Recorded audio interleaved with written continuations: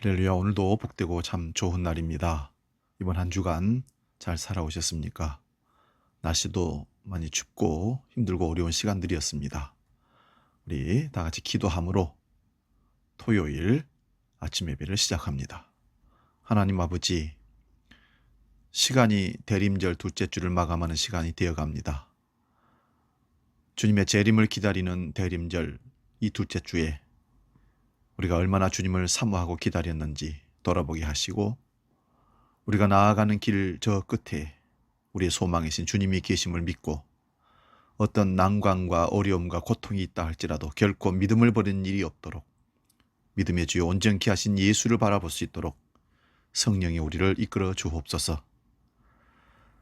여호와는 나의 목자시니 내가 부족함이 없으리라 고백했던 다윗의 고백이 오늘 우리의 고백이 되게 하시고, 오늘 하루도 주일을 준비하며 대림제 셋째 주로 나아가는 예배를 준비하는 복된 시간들로 잘 사용할 수 있도록 우리 모든 주한 식구들을 강하게 붙잡아 주시옵소서.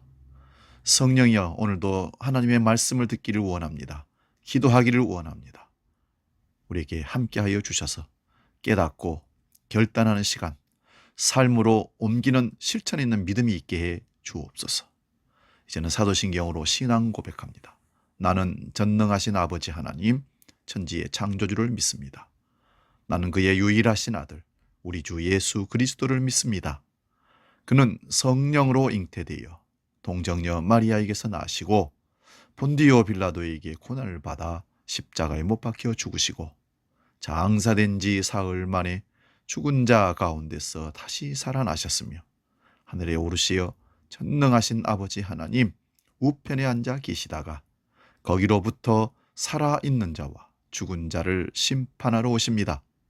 나는 성령을 믿으며 거룩한 공교회와 성도의 교제와 죄를 용서받는 것과 몸의 부활과 영생을 믿습니다. 아멘. 오늘 주신 하나님 말씀은 마태복음 15장 21절에서 28절 말씀입니다. 신약 26면에 있습니다. 이 말씀 봉독할 때에 살아계신 주님의 음성을 들으시기 바랍니다. 마태복음 15장 21절에서 28절 말씀입니다. 봉독합니다. 예수께서 거기서 나가사 두로와 시돈 지방으로 들어가시니 가나안 여자 하나가 그 지경에서 나와서 소리질러 이르되 주 다윗의 자손이여 나를 불쌍히 여기소서. 내 딸이 흉악하게 귀신 들렸나이다 하되 예수는 한 말씀도 대답하지 아니하시니 제자들이 와서 청하여 말하되 그 여자가 우리 뒤에서 소리를 지르오니 그를 보내소서. 예수께서 대답하여 이르시되 나는 이스라엘 집에 잃어버린 양 외에는 다른 데로 보내심을 받지 아니하였노라 하시니 여자가 와서 예수께 절하며 이르되 주여 저를 도우소서. 대답하여 이르시되 자녀의 떡을 취하여 개들에게 던짐이 마땅하지 아니하니라. 여자가 이르되 주여 올소이다마는 개들도 제 주인의 상에서 떨어지는 부스러기를 먹나이다 하니 이에 예수께서 대답하여 이르시되 여자여 내 믿음이 크도다. 내 소원대로 되리라 하시니 그때부터 그의 딸이 나으니라. 아멘. 오늘 봉독한 말씀으로 믿음이 있는 곳에, 이런 제목으로 말씀의 은혜를 나눕니다. 믿음이 있는 곳에. 예수님께서 복음을 위해 주로 활동하셨던 지역은 갈릴리와 유다를 중심으로 한 유대 땅이었습니다. 즉 유대 땅에서 유대인들을 향하여 복음을 전파하셨다, 그런 말씀입니다. 하지만 때때로 유대인들의 땅을 잠깐씩 벗어났다 이방인 땅에도 가셨던 그런 일들을 우리가 확인해 볼 수 있습니다. 사마리아 지역도 가셨고요. 오늘 성경에 보니까 두로와 시돈 지방을 가셨다는 겁니다. 이건 이방 땅입니다. 본문은 예수님께서 지중해 연안에 있는 두로와 시돈 지방 가셨을 때 이방 땅에서 또 있었던 얘기를 오늘 기록해 놓고 있습니다. 두로와 시돈은 유대인의 땅이 아니었습니다. 이방인의 땅이었습니다. 그리고 여호와 하나님이 아닌 바알, 전쟁의 신과 아스타롯, 우상의 어머니 풍요와 다산의 신이라는 우상을 숭배하는 도시가 바로 두로와 시돈이었습니다. 따라서 두로와 시돈은 모든 유대인들이 가기를 꺼리는 곳이었다는 말씀입니다. 그런데 예수님께서 그곳에 가셨는데 귀신 들린 딸을 가진 가나안 여인을 만나게 됩니다. 그 여인은 딸의 병을 고치기 위해 온갖 방법을 다 써봤습니다. 그러나 딸의 병을 고칠 수가 없었습니다. 인간의 힘으로는 고칠 수가 없어 포기하려고 할 때에 예수님이 두로와 시돈주에게 오셨다는 소식을 듣게 되었고, 그래서 예수님을 찾아갔던 것입니다. 예수님께서 도착하셨을 때 가나안 여인은 예수님께 나와 소리를 지르며 자신의 처지를 호소합니다. 여기 소리를 질렀다는 것은 주목을 받고 싶다는 것입니다. 많은 사람들 중에 가장 나 같은 불쌍한 사람을 먼저 도와주시면 안 되겠습니까? 간절함이 여기 묻어나옵니다. 여인은 예수님에 대한 소문들을 진즉이 듣고 있었던 것입니다. 예수님을 그래서 만나고 싶었던 것입니다. 왜냐하면 자기 생명보다 귀하다고 생각하는 딸을 고치고 싶었기 때문입니다. 흉악한 귀신 들린 딸을 고쳐야겠다는 여인의 마음은 예수님에 대한 소문을 그냥 떠도는 소문으로 끝나게 하지 않았습니다. 그녀의 간절한 바람은 예수님이라면 반드시 고쳐줄 거라는 믿음이, 확신이 있었던 겁니다. 그래서 기다렸지만 그는 자기 걸음으로는 유대 땅을 들어갈 수 있는 용기가 없었습니다. 이방인이기 때문에. 비록 그녀의 믿음이 유대인들에게는 꺼리끼는 것이 될 수 있겠지만 상관하지 않고 예수님을 향하여 소리치며 도움을 요청했던 것입니다. 사람의 결핍은 하나님을 참는 도구가 될 수 있습니다. 사람의 연약함은 하나님의 은혜가 깃드는 통로가 될 수도 있습니다. 우리가 예수를 만난 과정들을 가끔씩 다 들어보면 어려운 가운데, 불치의 병이나 어려움이나 고통, 시련 가운데서 누구도 도울 수 없는 그런 가운데서 주님 만나서 믿음을 갖게 되었다는 얘기들을 많이 듣습니다. 그러므로 우리의 삶의 결핍은 하나님을 만나는 통로가 된다는 사실을, 재료가 된다는 사실을 깨닫습니다. 특별히 부모에게 있어서 자식은 말 그대로 일생 동안 놓지 못하는 애증의 관계입니다. 그래서 자녀의 아픔이 부모인 자신의 아픔보다 더 크게 느껴지고 그것을 위해서는 무엇이든지 할 수 있다라는 당당함이 부모 마음속에는 자리 잡습니다. 특히 엄마의 마음에는 더 그렇습니다. 결국 예수님께서는 그 여인의 부르짖음에 귀를 기울이셨습니다. 여러분, 믿음의 자리는 유대 땅이나 유대인에게만 있는 것이 아닙니다. 예수님의 나의 구주로 고백하는 내가 있는 바로 그곳이 믿음의 자리인 것입니다. 비록 그 믿음을 다른 사람들이 비웃고 조롱한다 할지라도 그 믿음의 자리는 치유의 현장이 되고 능력의 현장이 되는 것입니다. 그 믿음의 자리에 예수님의 능력이 나타나게 될 것입니다.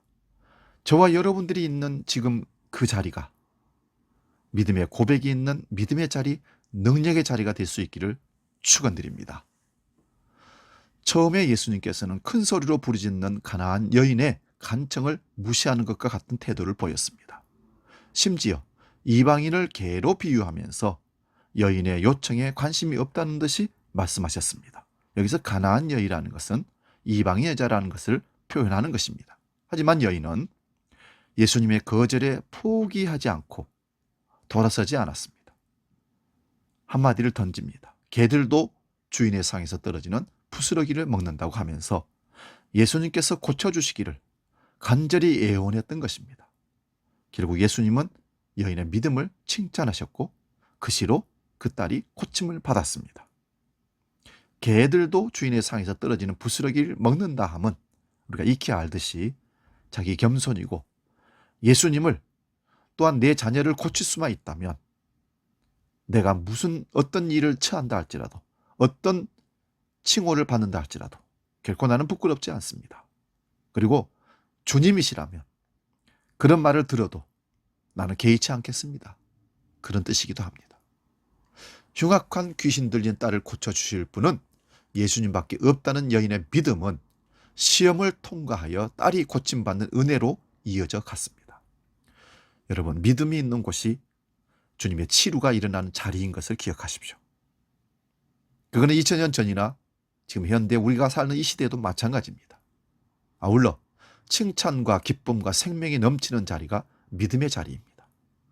바라고 소원하기는 우리 모든 삶의 지경이 믿음의 자리가 되었으면 하는 바람입니다. 그곳에서 예수님의 능력이 나타나고 생명을 살리는 구원의 역사가 끊이지 않고 넘쳐나는 예수 그리스도의 칭찬이 있는 거룩한 자리가 되기를 소원합니다. 바로 그 자리에서 우리는 하나님을, 우리 주님을 예배하게 될 것입니다. 우리는 믿음의 사람들입니다. 우리 삶의 모든 곳이 믿음의 자리가 되도록 기도하면서 나아갑시다. 조그마한 부스러기만한 작은 믿음일지라도 포기하지 말고 끝까지 인내합시다. 부스러기라도 포기하지 않는, 주인의 상에서 떨어지는 부스러기라도 먹겠다라는 믿음만 있으면 하나님의 마음을 감동시킬 수 있습니다. 주님이 함께하는 역사가 일어난 자리를 믿음의 자리로 만들 수가 있습니다. 오늘 우리에게 부스러기 같은 믿음이라도 있는지를 확인할 수 있기를 바랍니다. 오늘도 오직 믿음이라는 복음 찬양 함께 나누고 기도하고 마치겠습니다.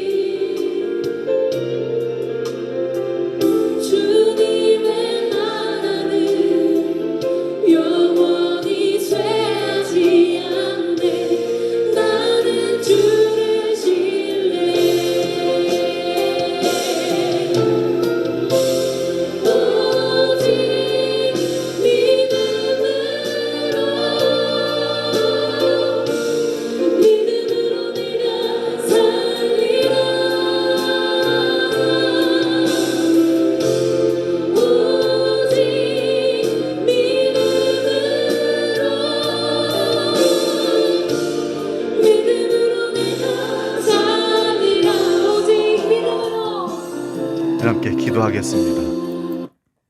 하나님 아버지, 믿음이 있는 자리는 역사가 일어납니다. 오늘 우리가 머무른 자리에 믿음이 있는 곳이기를 원합니다.